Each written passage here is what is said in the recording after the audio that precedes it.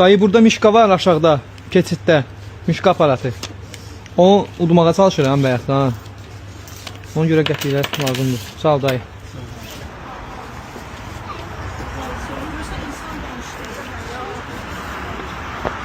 İki dənə də 50 qəpiyim var. Gedirəm o mişkanı udmağa, əsəbləşirəm səni. A few moments later.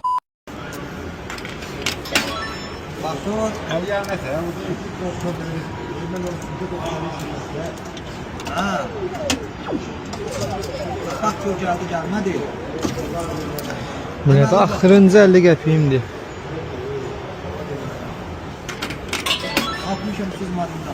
Necə eləyək, səni məni əsəbləşirəm. Şaxta baba bilət.